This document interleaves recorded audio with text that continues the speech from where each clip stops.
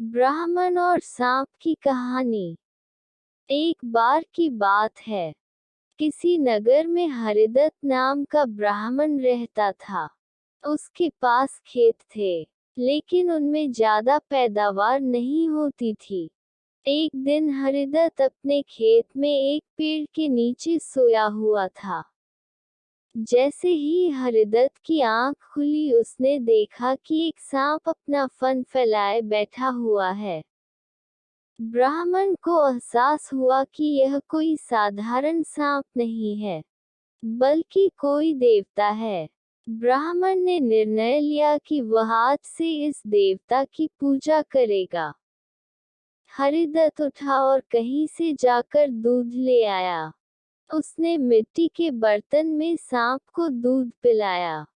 दूध पिलाते समय हरिदत्त ने सांप से क्षमा मांगते हुए कहा कि हे देव, मैं आज तक आपको साधारण सांप समझता रहा, मुझे माफ कर दीजिए।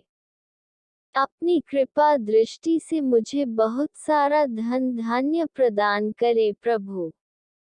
ऐसा कहकर हरिदत्त अपने घर वापस आ गया।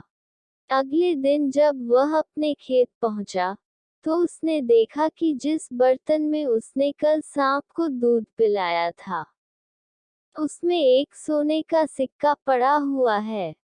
हरिदत्त ने वो सिक्का उठा लिया। अब हरिदत्त रोज सांप की पूजा करने लगा और सांप रोज उसे एक सोने का सिक्का देने लगा। कुछ दिन बाद हरिदत्त को दूर किसी देश जाना पड़ा, तो उसने अपने बेटे से कहा कि तुम खेत में जाकर सांप देवता को दूध पिला आना।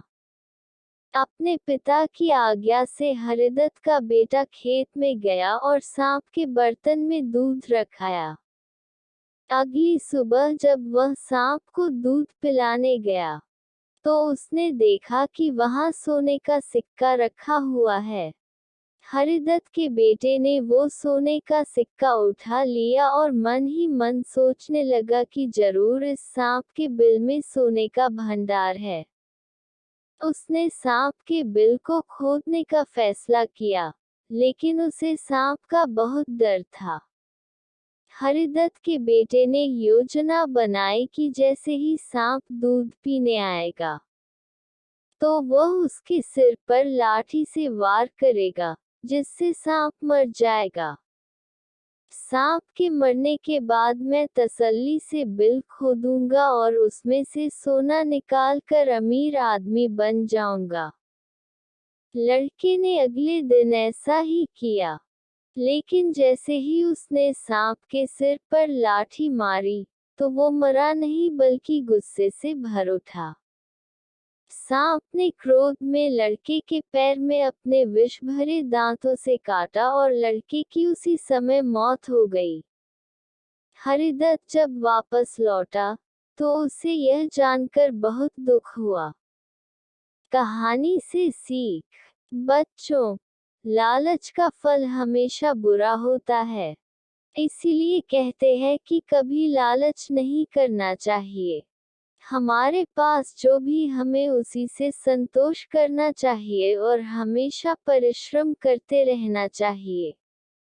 तो ऐसी ही कहानी सुनने के लिए हमारे चैनल को सब्सक्राइब करें, लाइक करें और शेयर करें।